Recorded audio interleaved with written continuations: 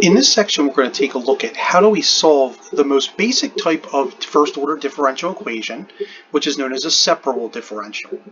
Separable differentials are exactly what they sound. You're able to isolate the independent and independent variables. In this case, let's say for some reason that there's dy dx, which is equal to some function xy, and we're able to rewrite fxy such that we can get all of the x terms into one function and all of the y terms into another function. In other words, we can write it such that phi y dy is equal to g of x dx. Well, then what we can do is very easily just take the antiderivative of both sides and then solve for y. Okay? So all we're going to do in this first three examples is we are going to solve the initial value problem. We're going to plot both the direction field, and then we're also going to plot the particular solution. And if you haven't watched the video as how's to plot with Desmos, make sure you go back. I think it's video 1.4, and if you look at that video, that shows you how to plot both the direction field as well as the particular solution onto that direction field. In fact, I think this one may have been the example that I utilized in that video. We have dy dx equals minus 6xy, where y at 0 is equal to 7. And I think we got a solution at one point of maybe something like 7e to the 3x squared or something of that nature. So I'm going to illustrate how we go through and get that solution. What we're going to do is we're going to multiply both sides by dx, we're going to divide both sides by y, and we're going to separate it such that we get dy over y is going to be equal to minus 6x dx. A lot of times we cross multiply to be able to get these solutions, okay, into the separated form. Now what we're going to do is we're going to integrate. Right. And we have to be careful with this one because there's going to be some algebra that subsequently follows, but we know that the antiderivative of dy over y is going to be the natural log of y. But we have to be careful because it's actually the natural log of the absolute value of y. Right? Now we're not going to worry about that because we're going to be looking at the positive value since we want y to be greater than 0. All right, so x can be 0, but y is going to be greater than 0. And the antiderivative of negative 6x is going to be minus 6x squared over 2. And then there's that constant of integration. Right? Now what we're going to do is we're going to solve for y. By the way, this is called the implicit solution because it's in terms of y and x, but it's not solved specifically as a function of x. To do so, we're going to raise both sides to the e power to get rid of the ln. So we get the absolute value of y is going to be equal to e to the minus 3x squared plus c. Now there's going to be a trick that we're going to use, or an algebra step that we're going to use throughout this entire course when we're dealing with e to a power of c. Another way to write this expression, this e to the minus 3x plus c, by using some exponent rules, is e to the minus 3x squared times e to the c. Right? Remember, if you have two like bases, you can add the exponents together. So it's actually going backwards. We know that e is a constant, and we know that c is a constant. So e to the c is just a constant that we're going to call k.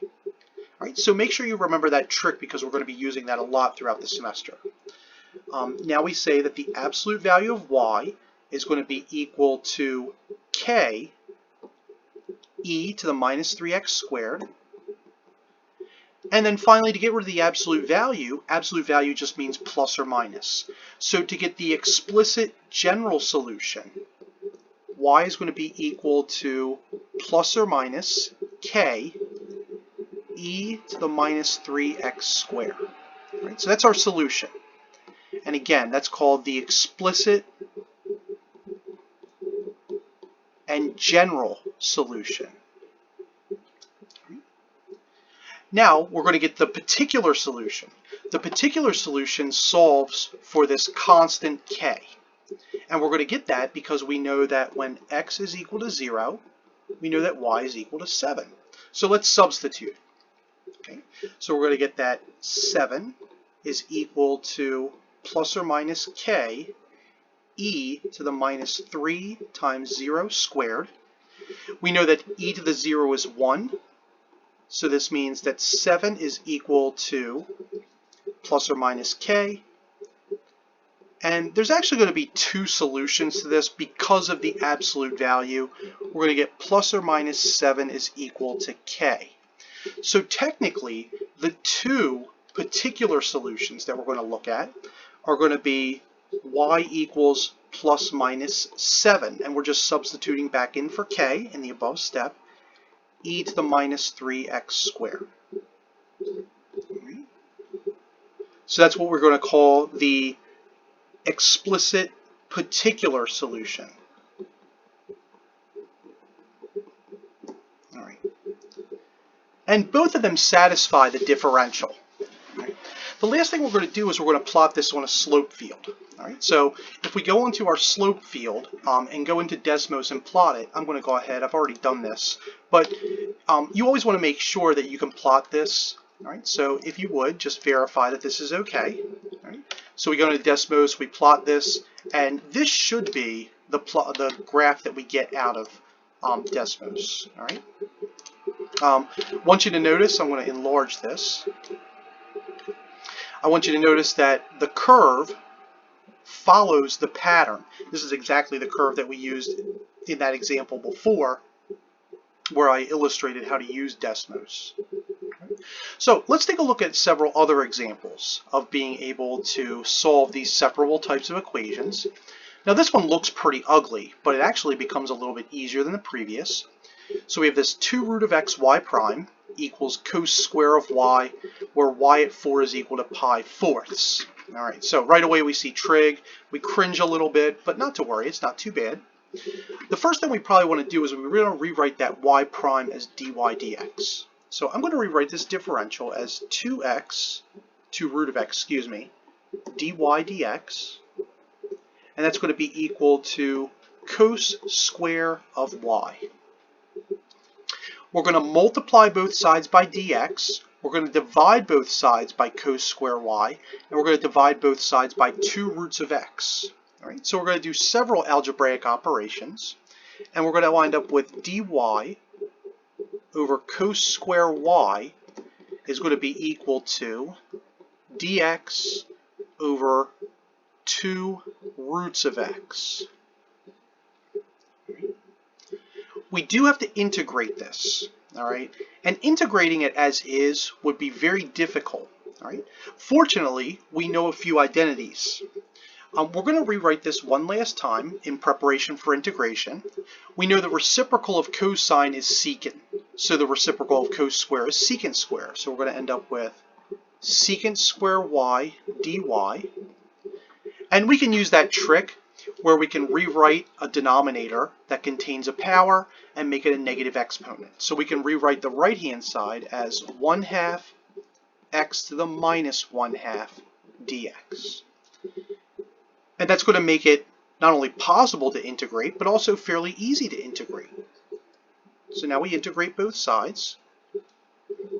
The antiderivative of secant square, well, we know if we take the derivative of tangent, that gives us secant square. So the antiderivative of secant square is tangent of y. On the right-hand side, we keep the half. We're going to add 1 to negative 1/2, and that becomes positive 1/2.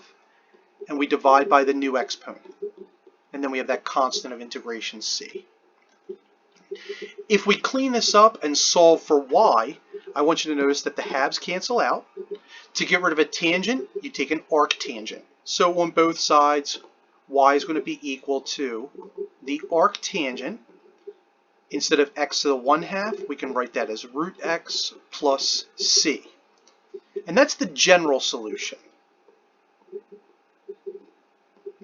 We want a particular solution.